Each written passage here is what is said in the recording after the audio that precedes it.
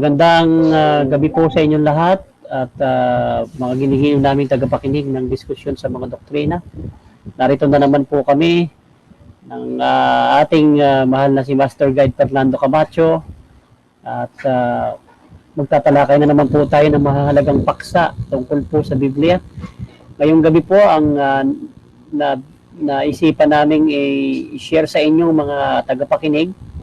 Kasi po fresh pa lang po yung naging debate ng aming mga kaibigang si Elder Edwin Cotto ng Adventist Defense League sa USA po. Kalaban po, ang naging katunggali niya ay si Bishop Delegated Debater na si Alvin Gitamundok, veteranong debater po sa Pilipinas. At yun nga po, ang issue na tinalakay nila kung normative ho ba yung Sabat na dapat sundin sa bagong tipan. Pero nakakapagtaka po, Sir Fernando, ang tinalakay na ang mga inano ni Brother Gitamundok ay sa Old Testament. Anong masasabi mo doon? Yun ba ay tama? Una-una, yung latag na yun, Pastor, medyo out of topic na yun eh. Kasi ang patutunayan ay normative in the time sa time ng Christianism. Ina-expect natin pag sinabing time ng Kristiyano sa magpo-focus sa New Testament. Pero ang nangyari, parang iniwan yung New Testament at ang pinatunayan doon sa Old Testament, which is hindi naman doon ang kasagsagan ng Christianism, Pastor. Kaya out of topic o wala sa linya. Yung ginagamit natin sa litang palasak yung wala sa issue. Kumbaga, Pastor, ang laro dapat basketball, ang pinuntahan volleyball. So mahirap yan, mahirap. Obviously na nahirapan si kapatid na Alvin sa ating faith defenders, Pastor. At saka actually patalo na siya sa kalagayang yun Sir Camacho, dahil hindi na dapat kailangan patunayan kung may Sabat sa Old Testament. Meron naman talagang Sabat doon eh. Correct. Ang paksa talaga ay sa New Testament. Kaya kahit anong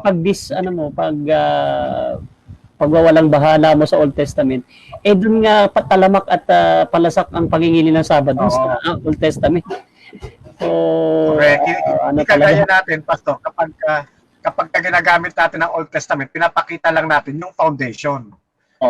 Pero yung focus para sa Christian, talaga nasa New Testament.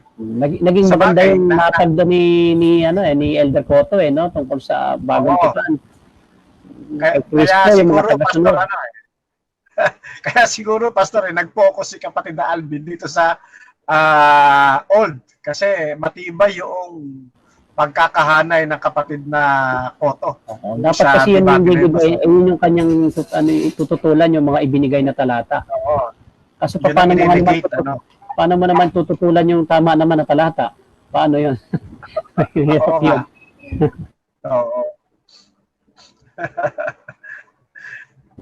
So, bakit Sir, sige, ano sasabihin mo? Okay na. Para makapagsimulan na tayo. Ang tatalakayin natin yung tinalakay niya, yung mga arguments niya na binigay tungkol sa Sabat sa Old Testament. At ang mga binigay niya doon, yung tatalakayin natin ngayon.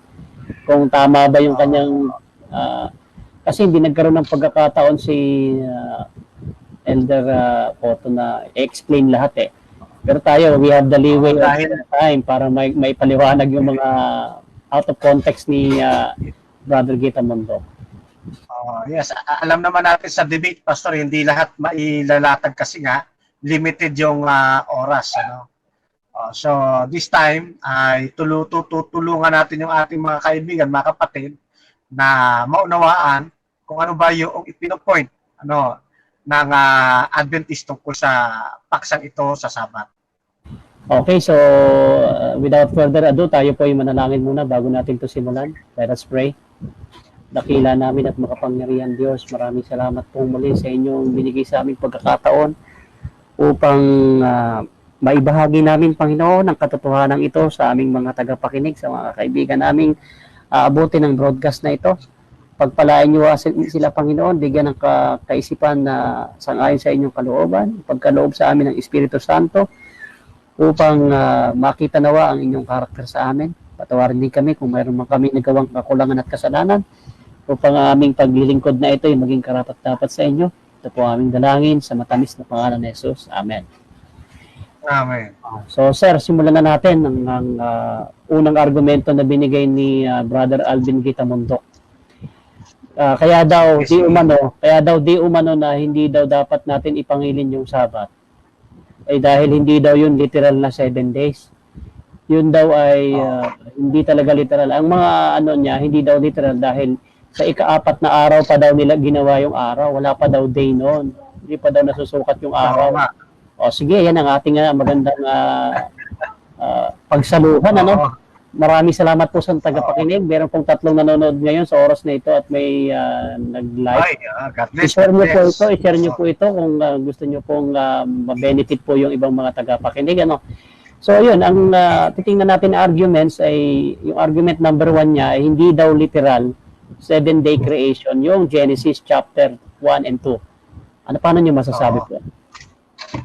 Unang-una ay kitang-kita natin na may pagkukulang sa pag-aaral ng RCC. Kung yan nga ang kabuuang doktrina nila, Pastor Cesar, kung hindi nila kiniglala na yan ay hindi literal na 24 hours yung bawat araw sa creation account, malaking pagkakamali ang kanilang ginawa. Ibig lamang sabihin niyan, hindi sila yung pinagkalooban ng ating Panginoong Diyos na tunay na katotohanan. Sapagkat malinaw sa Biblia na ang tinutukoy dito ay kasing haba lang din ng araw mula doon sa unang araw hanggang sa ika-7 araw. Yung pattern kasi, Pastor, hindi nagbabago eh. Kaya kung titignan natin, doon pa lang sa verse 5 ng chapter 1, at tinawag ng Diyos ang liwanag na araw at tinawag niya ang kadiliman na gabi. At nagkahapon at nagkaumaga ang unang araw. So dito, meron na ditong pattern na pauna, nagkahapon, nagkaumaga, ang unang araw. Sa Hebrew Bible nga, Pastor, ang nakalagay, Wayehe Erev, Wayehe Boker, Yom Ikad. So, dito makikita natin yung terminong Yom. Yung Yom, sinundan po siya ng bilang. Yom Ikad. Pag i-translate natin, unang araw. So, ang mga Hebrew kapag gumagamit sila ng Yom, Pastor, at sinusundan ito ng numero, yan ay bumibilang ng 24 oras. Katulad lang, walang pinag-iba yan sa day by day natin nararanasan ngayon. So yan. Pero kapag yung Yom ay hindi sinusundan ng bilang, yan, pwede po yang tumukoy sa mas mahabang panahon. Kagaya ng binabanggit doon, Pastor, sa chapter 2 ng Heneses sa verse 4. Ganito ang sabi, ito ang pinangyarihan ng langit at ng lupa nang likhain noong araw na gawin ng Panginoong Diyos ang lupa at langit. So dito, yung noong araw, yung araw dito Yom. Pero mapansin natin, wala siyang kaakiba na numero. Kaya tumutukoy yan sa mas mahabang panahon. Parang noong kabataan ko, noong araw ng kabataan ko. So, ang tinutukoy nun, hindi lamang 24 oras. Pero kapag nilalagyan ng numero, yung salitang Yom, ay nag-i-imply ito ng specific duration of time, Pastor. So, yung pattern na yan, nagpatuloy yan sa ikalawang araw, ganun pa rin, nagkahapon at nagkaumaga ang ikalawang araw. Wayehe Erev, Wayehe Boker, yung Sinip. So, same pattern, same pattern, hindi nagbabago. At isa pang gusto nating may papansin dito, Pastor, hindi sinabing nagka mga hapon at nagka mga gabi. Ano? Nagka mga hapon at nagka mga umaga. No? Kasi ang konklusyon lagi ng iba rito, binubuo yan ng maraming panahon. Ano ho? Pero malinaw natin sinasabi, pinapaliwanag sa atin ng Biblia, na hindi ito umaakma sa iniisip po nila. Ano? Yan. At ito, hindi po ito, pag pinasin natin ang Hebrew grammar, ano, Pastor, at ang Hebrew syntax, hindi ito figurative. Ano ho? Ito isang nasa noun na common masculine ito eh. So hindi ito figurative. Talagang literal days ito, Pastor.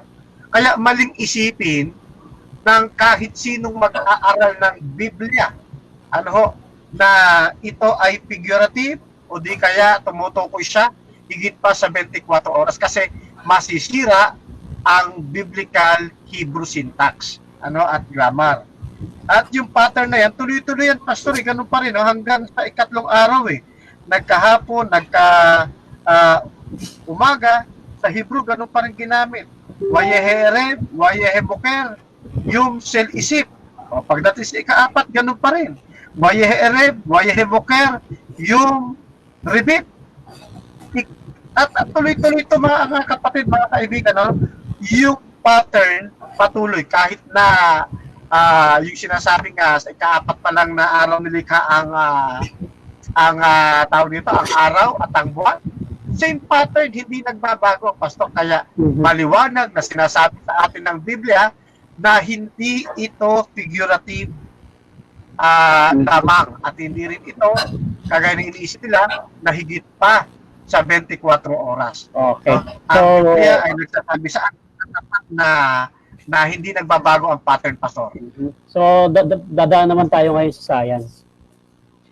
Kasi sa science, sir, actually, kung pag-aaralan mo sa science, ang pag-ikot ng mundo sa sun ay 365. Yan ay 1 year. Yan ay isang buong taon. Ang pag-ikot naman ng buwan sa palibot sa buong mundo ay yan ay tinatawag na isang buwan.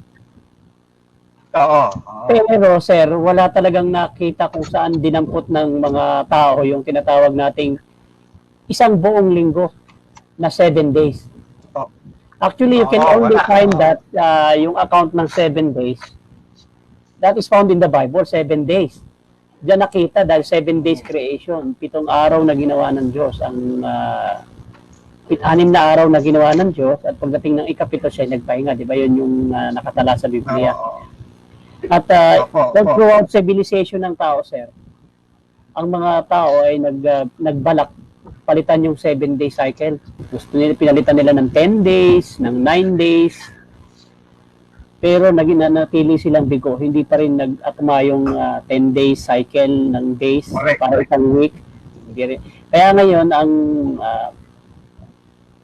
unanimously, lahat ng bansa sa buong mundo, ginagamit nila yung 7-day cycle. Yun yung kanilang ginagamit. Sa madaling sabi, mga kapatid, yung 7 days, walang pinaghanguan niya ng astronomical heavenly body. Hindi buwan, hindi araw, kung hindi Bible. At saka ito, according to science, kasi ang katwiran kasi ni Brother Gita Mundok, hindi pa daw nagagawa di umano yung araw, sa ika-4 na araw pa. Sa 4th day pa gagawin yung araw. So hindi daw maaaring magkaroon ng day. Pastor. Hindi daw maaaring. Hello. Ang di umano sinasabi ni Hello. Na sinasabi ni di umano ni Brother Gita Mundo. Wala pa daw araw kasi wala pa yung araw mismo, yung literal na sunlight o sun. Kaya hindi pa daw masusukat yung araw. Pero kung nag-aral tayo tayong elementary at high school, ang sukatan po ng isang araw, mga kapatid, hindi po yung pagsikat at paglubog ng araw. Actually, ang sukatan sa isang araw ay yung pag-inog ng mundo sa kanyang sariling axis. That is for 24 days, 24 hours para maging 1 day. Actually, Oo. may mga bahagi ngayon sa mundo natin, sir, na 1 buwan o 6 na buwan, 6 months, lutang yung araw. Sinisikatan, oo. O kaya naman is 6 na buwan lutang ding araw. walang araw. Paano nila nalalaman Oo. na 24 oras? Meron sila pong way, meron silang mga almanak, meron silang panukat ng panahon Oo. para alam nilang lumipat na yung araw. Obligatory almanac. Doon po sa talaan ng Genesis, bagamat wala pa talagang literal na sun na binabanggit doon, although meron tayong explanation bakit sa 4th day pa lumitaw yung pero hindi yun ang ating paksay. Ang inaano natin dito, meron na bang 1 day doon, 24 hours? Meron na po kasi umikot yung mundo sa kanyang sariling axis, kaya sumapit ang isang araw. Oo. Umikot yung mundo sa kanyang axis, bang araw, 3 araw, etc. hanggang dulo. Sige, sir. Tama. Kaya tama yung mo, Pastor, no? Yung sinasabi mo, no? Huwag isipin ng ating mga mambabasa ng Biblia na ang pag-inog o ang takbo ng bawat araw, yung day, ay nakasalalay sa pagsikat ng sun. Yan. Isang malaking pagkakamali yan kapag kadyaan natin hahanguin ang pag-aaral ng Genesis account, yung creation account. So, maliwanag from science, hanggang sa Biblia, intact ang pagkakasabi, Pastor. Hindi nagbabago talaga composed of 24 hours yan, Pastor. Mm-hmm. So, dito pa ni argument ni yung sa Exodus 20, titingnan natin yan sa Bible, Exodus 20, 8 to 11. Pastor, saglit, bago may pasok yan. Sige po. Naalala ko nga pala, dito kasi sa kanilang sa kanilang pasyon. Ito yung lagi natin binabasa, Pastor 24 hours ang binabanggit dito pag titingnan natin yung sistema ng ng pagpapahayag, di ba? Sa page 5. At sa Genesis na libro, nalalaman ay ganito, nang lalangin itong mundo, nitong Diyos na totoo, kaarawan ng Domingo. Aling Domingo yung tinutukoy dito? O di yung first day of the week yan, Pastor, doon nagsimula. Pagdating doon sa dulo, hindi pasunod sa atin ng Diyos na maawain. At kaya ipinagbili na taliman at sundin, ang Sabado ipangilin. Ipinaglalaban nga nila ito, Pastor, na yung Sabado rito, ito yung sinusunod ng mga Hudyo na siyang 7th day of the week. So, pag titignan natin, Pastor, ang logic ng kanilang flow of argument, may isang debate na ipinupush nila na ito yung 24 oras na sinusunod ng mga Hudyo. Tapos may ibang portion naman na kanilang mga debate na pati yung ikapitong araw mailusot lang, Pastor, maitawid lang yung debate. Ginagawa din nilang figurative at hindi naman 24 oras. So, may dito, may conflict. Ngayon, ito naman yung kay kapatid na Gitamundo. Ang figurative naman, doon naman sa una hanggang ikatlong araw. So, makikita natin, hindi consistent yung kanila pong mga apologists, yung kanilang mga doktrina. So, pag ganito ang sistema, mga kaibigan, mga kapatid, ng flow of argument, ng kabilang panig, mahirap manindigan dito at mahirap na yakapin at intinding sila yung nasa katotohanan kasi maging sila nagko-conflict Pastor Cesar. So, yun nga po, maganda na ipasok mo yan, Kasi klaro po klaro yung ng mga Katoliko diyan na sa kanilang catechism na namatay ang ating Panginoon ay araw ng paghahanda or Good Friday. Tapos nasa libingan ng ating Panginoon ay Black Saturday. At nung nabuhay ang Panginoon ay Sunday. Resurrection Sunday, araw ng linggo ng pagkabuhay. So, paano nila natiyak na Sunday yun kung hindi pala sigurado sila na yung Sabado ay hindi rin yung Sabado o hindi rin yung talaga Biyernes? Magiging magulo talaga yung kanilang katuruan at doktrina. Kasi in isang panig, tinatayo nila ng literal yon. Dito naman sa isang panig, ayaw nilang tanggapin na literal. Parang yung mga ibang pananampalataya din na naririnig ko, Sir Fernando, pagka ibang relihiyon na nagtatanong, ayaw ng 10 utos. Yan. Pag ibang reliyon, gagamitin yung 10 utos, sasabihin na yung 10 utos daw, di Correct. ano ay kailangan sundin dahil yung ikalawang utos ay huwag gagawa ng larawan. Pag Katoliko Oo. yung tatanong, pag hindi Katoliko, pag yung mga naniniwala sa 10 utos, o yung naniniwala sa mga utos na dapat pang sundin, bagay wala na daw ika Correct. yun. So inconsistent po, Kaya ganyan po ang nangyayari. Oo, walang Ito tibay. naman, kapag papatunayan nila na wala yung Sabat, hindi daw literal. Pag pinaliwanag nila yung kanibang ibang katuruan nila, katulad ng pagkabuhay ni Kristo, literal pala yung ano na yun, yung araw na yun. Nabuhay ng araw na yun, na literal. Na meron talagang literal na linggo, Sabado at Biyernes. So that is inconsistent sa kanilang pagtuturo. Para lang maitayo yung kanilang doktrina, kahit inconsistent, Oo. basta manalo, yun yung kanilang yung kanilang Oo. nais sa pakikipag-usap, hindi Actually, talaga Pastor, malaman. may binabanggit. Yes, may binabanggit ang Biblia, Pastor, sa ganyang bagay, ano ho. Gusto ko sipiin ito, yung Santiago 1:7. Sabi rito, Pastor, babasahin ko sa Magandang Balita Biblia. Huwag umasang tatanggap ng anuman mula sa Panginoon ang taong pabago-bago ang isip at di alam kung ano ang talagang ibig. Kaya hindi kahit sa biblical perspective, Pastor, hindi papasa yung kanilang mga arguments. Pabago-bago ng sagot, pabago-bago ng stand, para lamang manalo sa debate, lalaruin niya yung kanilang doktrina. Sabi ng Biblia, hindi ito kaya sa ating Panginoon, Pastor.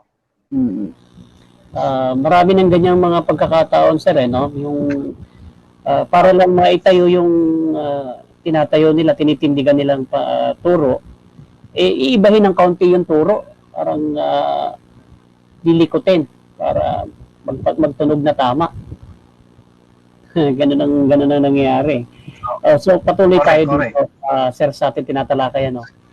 Kung titingnan natin dito sa Exodo, ilalagay ko sa screen natin yung talatang Exodo 20. Ayan, basahin natin muna yung talata na yan. Exodo, sige po, maganda yan. 20, babasahin ni Sir. Pero ipa-flash ko po sa screen para makita po ng ating mga tagapakinig. Kasi meron tayong isang tagapakinig, Sir, sabi, nag-request, i-flash daw sana natin yung mga sinasabi natin. Kasi pero maganda naman yung sinabi niya na kailangan i-flash natin. Hindi nga naman niya nakikita. Kaya nga, ipa-flash natin yung sasabihin natin. Exodo chapter 20. Pero magkakaroon tayo ng ilang segundong pausing dahil hahanapin pa natin siya. Okay.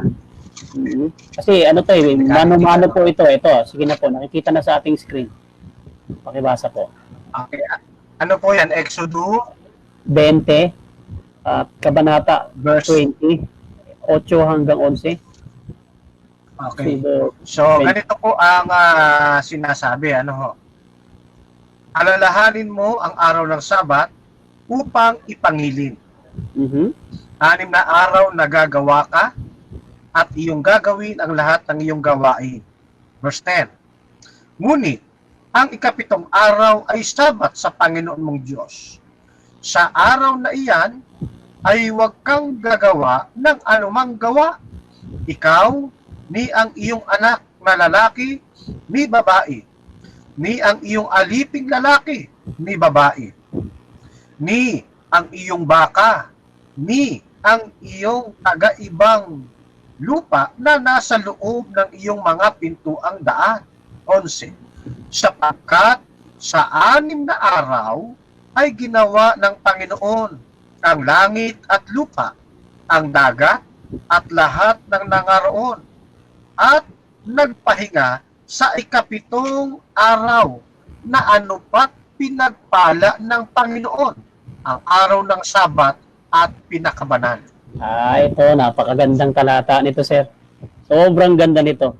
Ito'y maliwanag na nagpapatunay na talagang 24 oras yung Sabat na tinutukoy doon sa Genesis. Bakit po? Kasi pansinin niyo sa talatang 10. Ang sabi sa talatang 10 dito, kung nakalagay diyan, sabi, sa 11 na pala tayo para mabilis, sapagkat sa 6 na araw ay ginawa ng Panginoon. Ito yung contention di ba? Yung 6 na araw na ito ba'y literal? Ito ba'y symbolical? Pero sa pagbasa mo nito, ang nagsasalita po dito mga kapatid ay hindi si Moises. Ito yung ni-record lang ni Moises. Ang nagsasalita mismo dito sa talatang ito ay ang Diyos. Oo. Yung YHWH ng Biblia, yung personal name ng Diyos, yung Panginoon dito, yan yung YHWH Sapagkat sa 6 na araw ay ginawa ni YHWH ang langit at lupa at dagat at lahat ng nangaroon. At nagpahinga ng 7 araw. At ano pa't pinagpala ng Panginoon ng araw ng Sabat. Sabi dito ng Diyos, 6 na araw daw tayong magtatrabaho. Literal, sir. Pagdating ng 7 literal din, magpapahinga tayo. Bakit daw? Kasi figurative yan, ha? Kasi 6 na araw daw na ginawa ng Diyos ang lahat ng bagay, langit, lupa, at lahat ng nangaroon. At nagpahinga ng 7 araw. Di ba? Kaya, binless ng Diyos yung 7th day. Kung yan ay figurative, hindi yan pwedeng iutos ng Diyos sa atin, mga kapatid. Yan ay literal talaga. Literal talaga yan. At meron pa yung susog, meron pa yung karugtong, sir, yung sa Exodus 16 na ganda rin ilabas natin sa ating screen na talagang literal talaga na masasabi natin na basahin natin, ipapakita natin sa screen. Ito yung panahong ang bayang Israel inilabas na sa Egypt, at may pagkakataon na silang muling ipangili ng araw ng Sabat. Exodus 16, 25 to 29. Tingnan nga natin. Yan. Basahin natin, Pastor, Sige po. Yan. Sige. Nakalapat na po ba? Okay. Tingnan natin para masubaybayan tayo ng ating audience. Okay. Ito, sige, basa na. Exodus 16, 25 natin hanggang 29. Hanggang 29. Okay. Ganito po ang ating mababasa, mga kapatid. At sinabi ni Moises, kanin ninyo yaon ngayon, sapagkat ngayoy Sabat na ipinangingiling sa Panginoon. Ngayoy hindi kayo mga makakasumpong sa parang. 6 na araw na inyong pupulutin datapwat sa 7 araw ay Sabat, hindi magkakaroon. Talatang 27. At nangyari sa 7 araw na lumabas ang iba sa bayan upang mamulot at walang nasumpungan. 28. At sinabi ng Panginoon kay Moises, hanggang kailan tatanggihan ninyo ganapin ang aking mga utos at aking mga kautusan? 29. So, hanggang dyan na lang muna. 28 na lang tayo. Para mayano na natin. Gusto ko pansinin nyo yung sa simula ng 25. Mga kapatid na nakikinig ngayon, mga kaibigan. Ang sabi dito ng ating Diyos ulit ang nagsasalita, si Moises ang nagsasalita dito. Na kinausap ng Diyos. Ang sabi niya, ngayon ay Sabat. Sapagkat ngayon, ang unawa ni Moises sa sinabi ng Diyos, doon sa kanya, nung kinausap siya ng Diyos. Actually, sir, ito ang katibayan na umiiral na yung Sabat, wala pa sa bundok ng Sinai. Kasi Exodus 20, doon lamang sinasabi ng iba, para lang yan sa sa Israel. Kasi nung binigay yan doon sa bundok ng Sinai. Diba? Paano yan, mga kaibigan, mga kapatid na nakikinig ngayong gabi? Ito, talatang ito, wala pa sila sa bundok ng Sinai. 4 chapters pa bago sila makarating sa bundok ng Sinai. Pinapapractice na silang habang panahon pa yun, Pastor. Pinapapractice na sila ng Diyos ipangilin uli yung Sabat. Bakit ulit ang sinabi ko? Kasi nga, mga kapatid, dahil nabilanggo siya o naging alipin sila sa Ehipto ng 433 years. Natural po, hindi sila makakapangilin na Sabat. Kaya kung sila'y nakalaya, muling ibinalik o binigay muli ng mga ng Panginoon Diyos yung mga utos na dati na nilang ginagawa. Pinapapractice ulit sa kanila, mga kapatid. At saka kung papatunayan natin na yan ay literal, sabi niya, ngayon, ngayong araw na ito, Sabat. Hindi niya sinabing Every 10,000 years. Every 1,000 years, Sabat. Hindi ganun eh. Ngayong araw na to, Sabat ito. Correct. Doon pa lang, alam mo na talaga na literal 24 hours yun. Di ba? Sige, sir. Oo. At saka pastor, yung mga pattern ng Sabat, mapapansin din natin, puro laging ikapito na literal. Halimbawa, yung mga ordinances na Sabat, di ba? Yung mga ceremonial Sabat, ikapitong taon, literal yon. Ikapitong buwan, ikapitong araw, puro literal yan, pastor eh. Kaya pag pinag-uusapan yung Sabat, laging nasa literal aspect ito, pastor. Hindi figurative. Oh, tsaka tingnan natin ulit doon sa yung sa talatang 28, no? Sinabi ng Panginoon at sinabi ng Panginoon kay Moises, ito na si ang Diyos na mismo ang nagsasalita dito. Hanggang kailan tatanggihan nyo ganatin ang aking mga utos at aking mga kautusan? Sa madaling sabi, may utos na pala ang Diyos noon. May kautusan na pala ang Diyos noon na tinatanggihan ng mga bansang Israel. Ang tanong, umiiral na pala. Sir, by reading between the lines dito sa talata na ito, meron na palang kautusan ng Diyos. Hindi naman sasabihin ng Diyos na kautusan at utos kung wala naman. Ngayon pa lang niya sinasabi. Tama. Saka sabi niya, hanggang kailan? Ibig sabihin, dati na ito. Dati na nilang sinusuway. Kaya tinatanong ng Diyos, hanggang kailan nyo pa susuway? Pinalaya ko na kayo sa Egypt. Pinalaya ko na kayo sa Egypt. Malaya na kayo. Pero hanggang kailan nyo pa ba ito susuwayin? Di ba?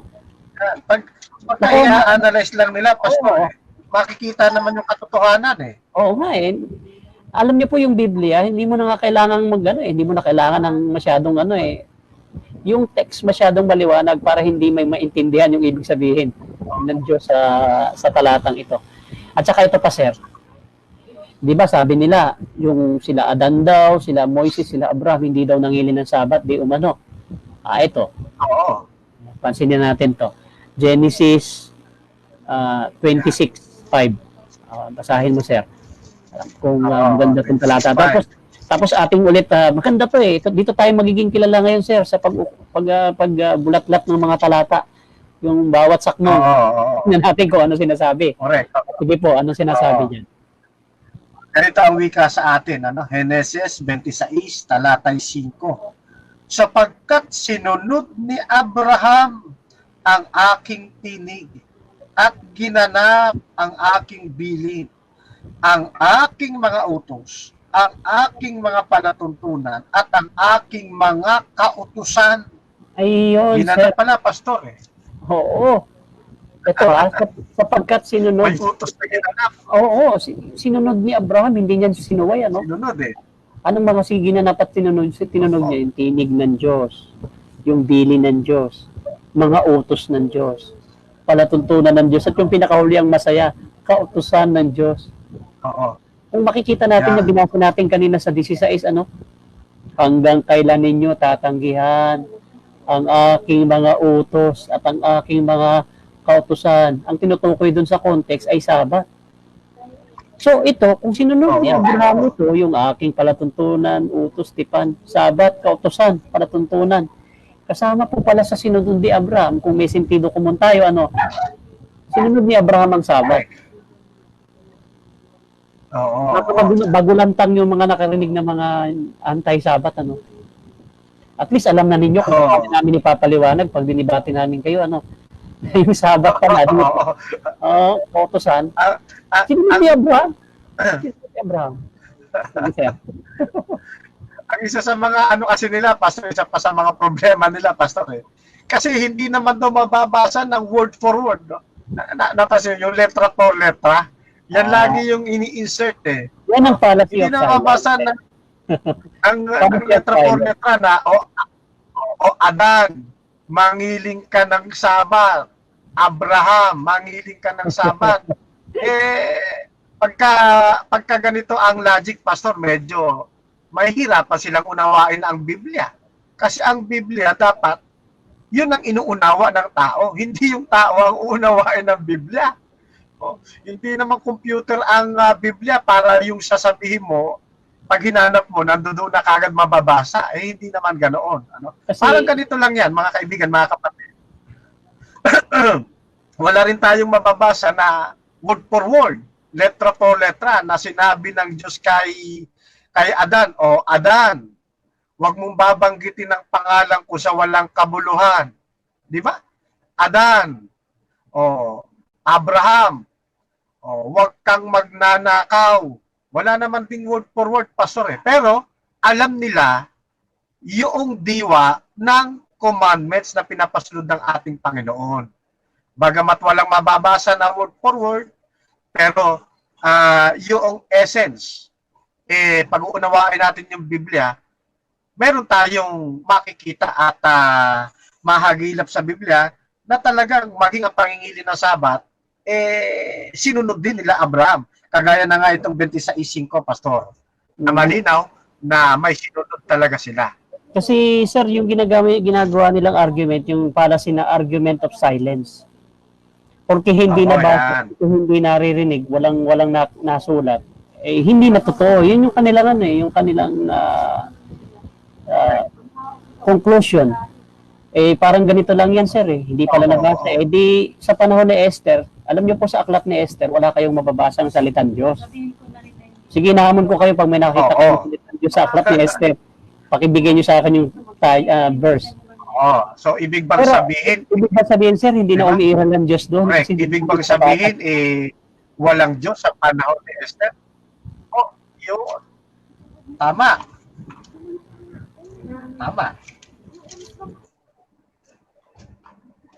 So, ganun. Kaya malabo itong nila, pastor, malabo itong argument sila.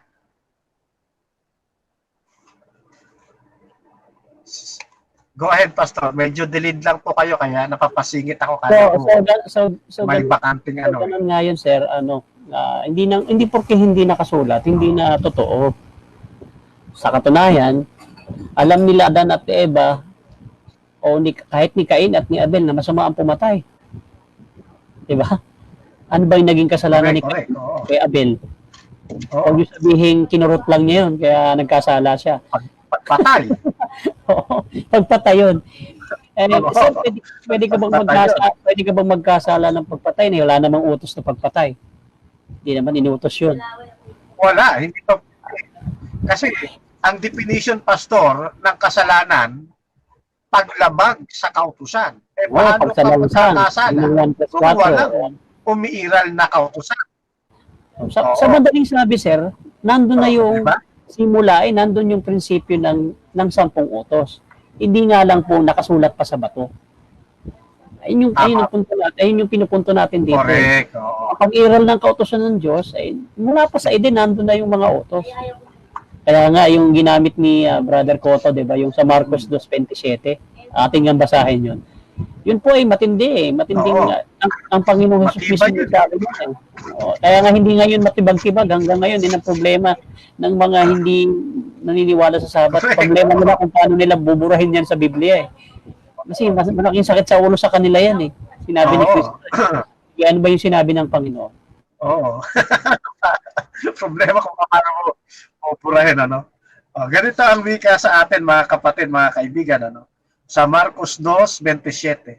At sinabi niya sa kanila, ginawa ang Sabat ng dahil sa tao, at di ang tao ng dahil sa Sabat. Maliwanag, pastor, na ang Sabat daw po ay ginawa para sa tao. Kaya nga tinuturo tayo niyan, binabalik tayo sa Genesis. Yung panahon na sinimulan ginawa yung Sabat. Kailan ba ginawa yung Sabat? Siguro naman hindi tayo tututulan ng mga kaibigan natin pagkatapos ng ika-6 na araw at pagdating ng ika-7 nangyari yung Sabat. Alaman, tutulan pa ninyo kami. Hindi naman matututulan yun. Kayo tinutukoy ng ating Panginoon kung paano nagsimula yung Sabat. Ang ibig sabihin ng Panginoon, ginawa yung Sabat para sa ikabubuti ng tao. Pero hindi niya sinasabi dun sa talata na yun na wala na ang Sabat. Sir, ang sabihin ng yung sinasabi, sige, sir. Sige. Anong sasabi mo? At saka yung sinabi dito ng ating Panginoon, maliwanag na referring ito doon sa Genesis 2, pastor. Kasi doon lamang ginawa po ang Sabat dito sa ating sa creation account, di ba? O kaya ito ay ibinabalik tayo ng ating Panginoon para tanawin yung kung kailan ginawa yung Sabat. At sabi nito, ginawa ang Sabat ng dahil sa tao. Maliwanag ito eh. Sa magandang balita Biblia, ginawa ang Sabat para sa kabutihan ng tao.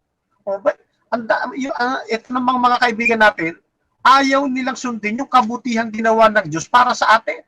Na yung Sabat ginawa para sa ating kabutihan. At ito, maliwanag din dito mga kapatid, ano?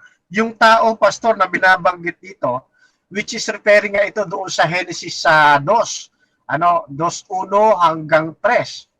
Kasi doon ginawa ang Sabat eh. So, sakop dito, pastor, sila Adan, sila Eva, sakop dito sila Abraham, at lalo pa nang pinaigting ito ng pagkakagamit sa salitang pagkakagamit sa Greek, yung salitang anthropon, pastor. Pag sinabing anthropon, walang pinipiling tao ito. Lahat ng tao, kay Hudyo ka, Hintil ka, o anumang nasyon ka, Pilipino ka, Amerikano ka man, basta ikaw ay sakop ng anthropon, pastor. Ginawa ang Sabat para sa anthropon, para sa human race, sa human being, sa lahat ng tao. Yan. So maliwanag na ito pastor eh. Kaya nga tama yung sinabi mo, problema nila kung paano nila ito aalisin eh. Ngayon, ang ipinapalusot nila dito, pastor, wala naman daw nakalagay na salitang lahat. Wala naman. Kailangan pa bang ilagay? Yan po ay malaking joke na nakatwiran. Bakit po? Kasi ganito eh. Di ba, sabi doon sa John 3:16, yung talamak na talata na ginagamit ng marami. Gayun na lamang ang pag-ibig ng Diyos sa sanlibutan. Yung sanlibutan ba doon? Yeah. Tinutukoy lang ba doon? Iilang tao lang? Yun, oo. So, malabo talaga, pastor eh. Sabi nga nung iba natin nakausap malabo pa daw sa sabaw ng pusit. So, hindi na kailangan lagyan ng salitang lahat. Maliwanag na nga eh. Kasi ginawa yung Sabat, kailan ginawa? Sa Old Testament. Kasi may mga words kasi na kahit hindi mo nasabihin yung lahat, hindi mo nalalagay lahat. Yan yung palusot, sabi mo nga palusot eh. Pag palusot kasi, makalusot lang. Kung lulusot. Yung kailangan daw ng panta. Nabasa mo ba yung panta? Lahat. Para lahat daw. Yung word na anthropos, generic term yun para sa lahat ng tao eh. Hindi mo na kailangan lagyan ng panta. Correct. Nakakatuwa itong ating mga kaibigan. O nga pala si Pastor Romel pumapasok. Pastor Romel, pumasok ka na kasi naputol kanina pero papasok ka pumasok ka na. Welcome, Pastor Romel, at mabutit na naririto. Kaya pagdating talaga, Pastor, sa argumentation and debate, mahirap mong tutulan ang katotohanan tungkol dito sa araw ng Sabat eh. So, laging lumalabas sa kanila, sa kanilang mga argumento, laging hoax, tawag dito, hoax, statement lagi, yung kanilang pangangatwiran dito. Kasi mahirap yung iba ito. Welcome natin si Pastor Romel. Hello, good evening. Ganda lalaki talaga ni Pastor Romel. Good evening. Sige po, tuloy na ang ating talakayan. Sututan na. Nandito na tayo sa pag-uusap sa Marcos 2 na pinamuksan sa atin ng ating Pastor Cesar. Okay, so ilang minuto na lang po tayo bago tayo magtapos pero tatapusin natin to sa ganap na 9:00 mga kapatid So Pastor Romel, anong masasabi mo doon sa mga tinalakay namin tungkol sa literal 7th day at 6 days at saka pinangiling ba ng mga apostol mga apostol ng mga patriarka ang Sabat? Anong masasabi mo diyan? Buhos mo ang iyong lakas. maliwanag po na yun ipinangilin ng ating mga patriarka, no? Actually, kahit yung pinakaunang taong nilikha ng Diyos ay naniniwala tayo na yun ay para sa Kanya. Sa winiga ng ating Panginoong Hesus sa Marcos 2:27, ang tao doon ay walang iba kundi si Adan. Sabi nga ng ating Defense League President, no, from the United States.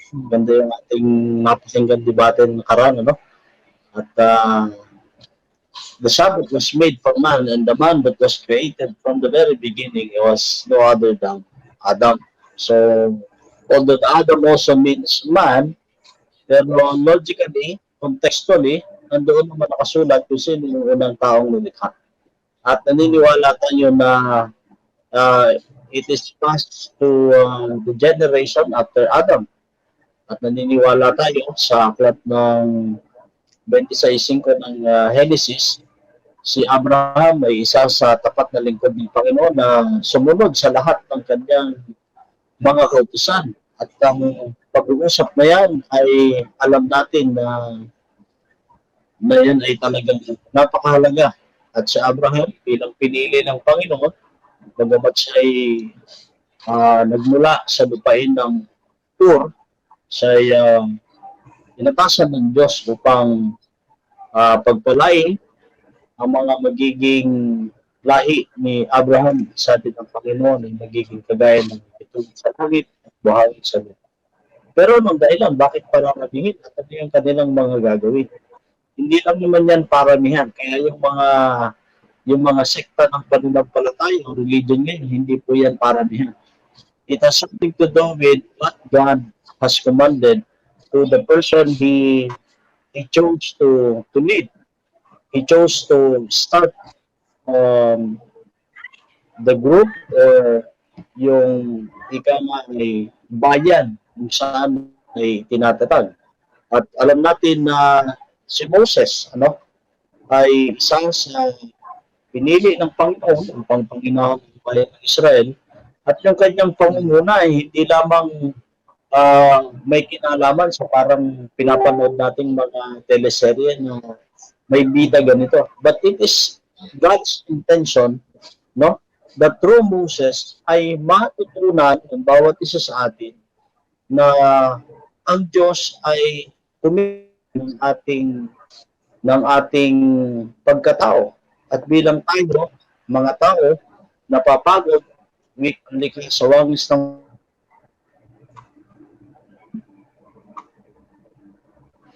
nangangailangan tayo at yun ay talaga at yan Sabat, bagamat ay tinatanggi o ayaw tanggapin ng marami, ay napakatibay na mababasa natin sa lumang tipan kung ang mga bagay na yan ay totoong ay napakaliwanag sa talata. At sa bagong tipan ay totoo po yan na yan ay normative in the time of Christ, in the time of the disciples, after the disciples, and the early Christians mga. Kaya kung walang duda na sa pamamagitan ng sola scriptura, tota scriptura, maliwanag po na walang kapahintulutan sa sino mang kausaluk, leader ng pananampalataya, ang grupo ng pananampalataya ay pinagtulog ng Panginoon. Ang karapatan na ito ay baguhin at ituro sa mga tao. Ano pa ang sabi sa aklat ng Ezekiel 22, no? Talatang 26. Yung mga leader na yan ay magtuturo, no? At sasabihin nila, wika, ito ang sabi ng Panginoon, pero ang sabi doon ay bagaman hindi sinabi ng Panginoon. Kaya po mga kapatid, ganda po na pag-aralan natin yan. At binabanggit sa aklat ng Ezekiel, Kapitulo 20, no, sa 20, na ito talagang tatak. Ito'y tanda ng Panginoon sa kanyang bayan. Gusto natin makilala sino talaga yung Diyos na ating sinasamba. Kapag tayo ay sasama sa isang grupo, palataya, sinong grupo?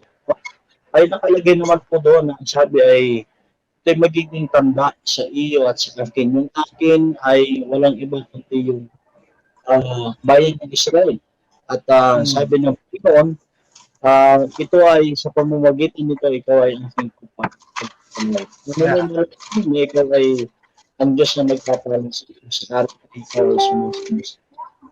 Pagka ginagawa po natin kung ano yung bagay na talagang ipinagluto sa atin. Kaya napakatibay po niyan, mga kapatid. At hindi po yung titinag. Ang sabi sa aklat ng Lucas, Kapitulo 16, 17, ano? Wala na yung langit at lupa, pero nananatili po yan. Sapagkat yan ay isusulat din ng Panginoon sa aklat ng Hebreo, no? Sabi ng Panginoon yan ay susulat sa ating mga puso sa aklat ng Jeremias, Kapitulo 31. At ang sabi doon ay susulat sa ating puso yung kanyang bagong tipan. Kaya yung lahat ng tao mula sa panahon ni Adan hanggang sa lahat ng makiligtas ay isusulat po yan sa puso. Yung kanyang kalooban na yan, kaya hindi po yan mawawala, mga mahal na kaibigan. Okay, maraming salamat po sa binigay ni Pastor Romel. Pinabati ko po yung mga nandyan sa chat. Si Owel Obag ng Jeddah, Kingdom Saudi Arabia. Salamat po sa panonood. Si Jay Estimo, binabati ka niya. Brother Bernard at mga viewers. Si Sir Samuel Quezon, good evening din po sa inyo. Good evening din po. May nagtatanong po dito sa Facebook. Mubuo na kayo, SDA, puro sabat at baboy na lang ang alam ninyo. Banggitin, wala na bang iba? Tsaka na namin po sasagutin yan. Sa ibang mga matalas, ano? Pagkakataon. Actually, kaya lang naman po namin ito na pag-uusapan kasi katatapos lang ako ng debate ni Alvin Gitamundok ng RCC at ni Elder Edwin Cotto ng Adventist Defense League. Kaya po napapag-usapan ito. Kasi tinatalakay po namin yung mga binigay ni Brother Gitamundo, kung yun ba ay ipapasa sa scrutiny yung mga talatang ibinigay niya. At ito po ngayong pangatlo, ang dalas talata na tatalakayin natin yung sa Deuteronomy 5:3. Pakibasa nga po niyan, sir. Ilalagay ko sa screen. Deuteronomy 5 verse 3. Yan po. Sige po. Ba? Ganito ang ating mababasa, mga kapatid, ano? Deuteronomy chapter 5 verse 3. Hindi pinagtibay ng Panginoon ang tipang ito sa ating mga magulang, kundi sa atin ngang nangarilitong lahat na buhay sa araw na ito. Ayan, di umano, yan sir, sinabi niya hindi daw pinagtibay, so hindi daw umiiral. Kasi hindi daw pinagtibay sa ating mga magulang. Anong masasabi mo dyan, sir? Tapos, yung tira-tira sa akin sige. Unang-una, no, napaka-clear ng pagkakabanggit dito sa atin, ano? Sabi dito, hindi pinagtibay ng Panginoon ang tipang ito sa ating mga magulang. So, pag titignan natin, yung mga terminong hindi pinagtibay ng Panginoon ang tipang ito sa ating mga magulang, ay hindi nagsasabing hindi utos sa mga nauna sa kanila. Yung 10 Commandments. Actually, 10 Commandments ito kasama yung Sabat. Okay. Parang hindi na umiiral, sir. Hindi pa umiiral. Nung yun. Hindi ibig sabihin na hindi umiiral sa panahon nila. Kasi maliwanag yung pagkakasabi rito. Lalo na, Pastor, bubuhayin ko yung magandang balita Biblia para sa kabatiran ng atin pong mga tagapanood. Sabi rito, same na talata, ano? Medyo mag-ano lang ako ng ibang translation para mas mahagip natin. Magandang balita Biblia. Siya'y hindi lamang sa ating mga ninuno nakipagtipan, kundi pati sa atin na nabubuhay ngayon. So, ito, clear as a crystal, Pastor. Sabi, siya'y, ang Diyos ang tinutukoy, siya'y hindi lamang sa ating mga ninuno nakipagtipan. So, ibig sabihin, nakipagtipan na rin sa kanilang mga ninuno. Hindi nga lang pa pinagtibay. No? Sabi dito, kundi pati sa atin na nabubuhay ngayon. Kaya hindi lamang sa mga ninuno nila, kundi pati sa kanila nakipagtipan ang Diyos. Ang pinagkaiba lang, doon sa mga ninuno, si kila Abraham, kila Aisa, hindi lang ito pinagtibay. Ibig sabihin, hindi pa ito naisulat sa tapyas ng bato. Kasi noon, Pastor, ang tawag natin dyan ay nasa oral law pa sila. No? Based on oral tradition pa ng sistema ng ating Panginoon, yung pagbibigay ng kautusan sa kanila. At itinanim na rin ito sa kanilang isip. Ano? So pagdating nila Moises nang sila ay mailabas, biruin mo nga, sabi nga natin kanina, Pastor Cesar at Pastor Romel, 430 years silang naalipi sa Egypt. So maraming nawala sa kanila. Kaya pagdating dito sa Mount Sinai, ipinaalala ng Diyos na mayroong tipang ipinagkaloob sa kanilang mga magulang, dangan nga lamang hindi pa pinagtibay, kundi sa kanila ngayon, ito pinagtibay, Pastor Cesar.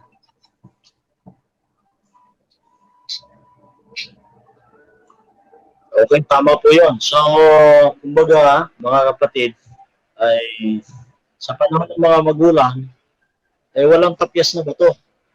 No? Oo. Pero ang pakikipag-usap ng Panginoon sa ating mga magulang, maliwanag naman sinabi doon sa Genesis chapter 2, na ginawa yung Sabat, ito'y binukod, tinangi ng ating Panginoon. So, ang tanong, yung bang pagkakabukod tangi ng Sabat nung panahon ni Adan ay iba sa pagkakabukod tangi sa panahon ng Israel? So, yung bang pagkakaroon ng paggalang ng magulang sa panahon ni Moises ay iba sa panahon ng paggalang sa panahon ng ating mga nuno.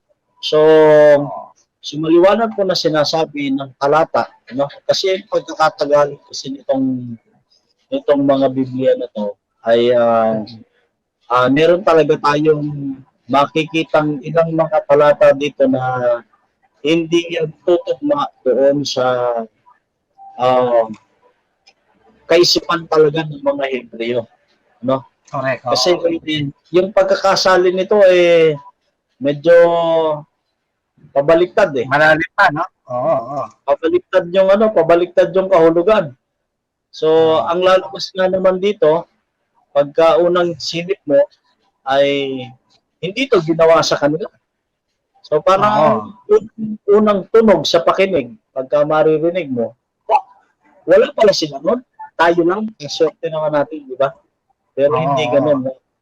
Ang ibig sabihin niyan ay yung punto na yung kautosang ito ay hindi naibigay sa ganung kaparaanan na sila ay tinubos sa bukod na rin sa pagkakatubos sa pagkalipin ng 400 taon. Kasi hindi naman naalipin inihula na nga ng Panginoon kay Abraham sa Kapitulo 15:13 ng Genesis na yung iyong binhi ay magiging alipin ng 400 taon. So, pinrokisay na yan ng ating Panginoon, mga kapatid. Okay, meron na lamang po tayong 3 minutes, kaya pagka ko nito, final words na po tayo, pero sasagutin ko yung na yan, yung talata na yan. Sa Roma 3:31 po ang nakalagay, niwawalang kabuluhan baga natin ang ating ang kautusan sa pamamagitan ng pananampalataya, o hindi pinagtitibay pa nga natin ito. Hindi nangangahulugang sinabi doon yung kautusan, wala pang kautusan noon kasi pinagtibay. Yung salitang pagtitibay doon, sir, hindi nangangahulugang doon lang umiral. Pero ng dating kautusan, matagal nang umiiral. Pero yung sinalitang pinagtibay, ang tanongin dapat ng mga nagsusuri, paano ba pinagtibay yung tipan? Dalawa yan, sir. Rahel, sinulat sa bato. Binisikan sila. Ayan yung mga paraan ng pagpapatibay Bakit yung mga magulang ba nila nakatanggap pa talaga ng tinapyas na bato? Di ba wala? Wala. Winisikan ba yung mga unang mga magulang ng dugo ng ng kordero, ng hayop? Hindi, di ba? So, yung ganung paraan, sir, hindi ginawa yon sa kanilang mga magulang. Yan. Hindi ginawa yung ganon, hindi pinagtibay sa pagganong paraan. Na ipagtibay, naging, halimbawa, sir, doon sa di ba tayo ngayon pag bumibili tayo sa mga SM ganyan, Di ba may resibo? Di ba? Sino po sa inyo po? Resibo, yun ang nagpapatibay. Yung Talagang nagpapatibay binili mo yun. na binili mo, baka huliin kang gwardiya pag di mo ipakita, di ba? So, kailangan nun, may pagpapatibay. Kinawa. Ito ngayon, Oo. ayun yung pagpapatibay na ang Ten Commandments ay ibinigay sa kanila.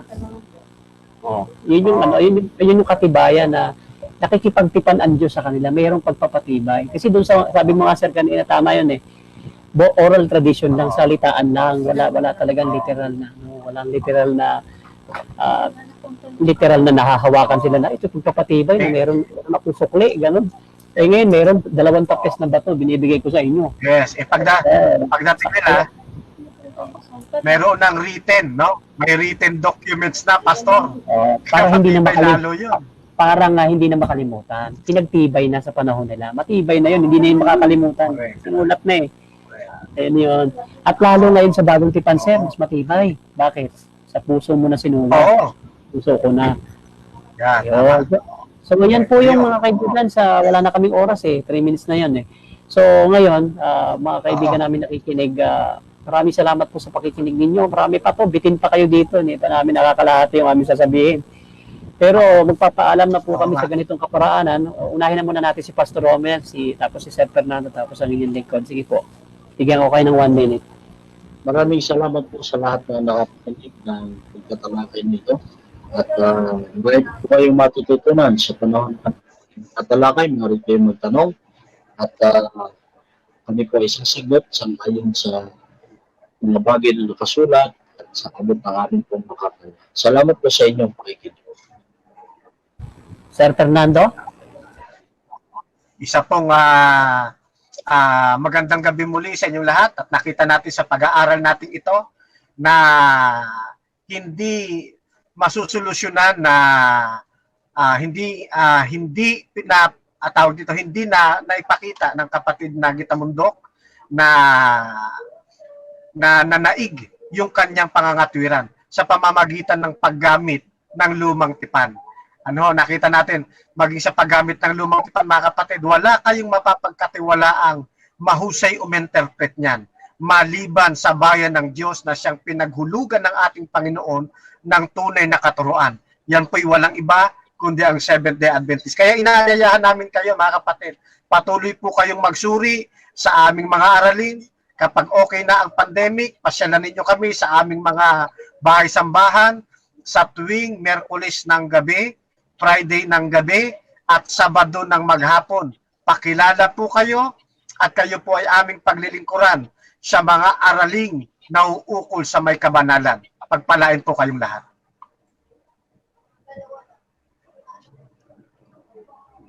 Sa katapusan po mga ginigiliw namin tagapakinig, maraming salamat sa natitira pa diyang 2 taga-subaybay at sa mga nagdaang mga nagsubaybay. Muli po, kung kayo po ay hindi pa ho nakasubscribe sa channel ni Sir Fernando B. Camacho Jr., kanyang YouTube channel. Ganyan din po ang diskusyon sa mga doktrina, ang aming channel. Kasi kaming grupo ang nangunguna po dito. Ganyan din po yung ni Pastor Romel. Inyo din mag-subscribe kayo dyan. The Sabbath School Teacher ba ang pangalan ng sa inyo, Pastor Romel? Basta i-search nyo po yung kanyang YouTube channel mo, Pastor? So, cross-examine po. Yun. So, cross-examine kayo. So, dyan po sa gitna, makikita nyo po to sa video type nito na meron itong subscribe button sa gitna at saka yung mga videos na susunod yung panonoorin. Kaya po, magandang gabi po. Panalangin po ni Sir Fernando. Si Sir Romel naman, para naman makita. Tama.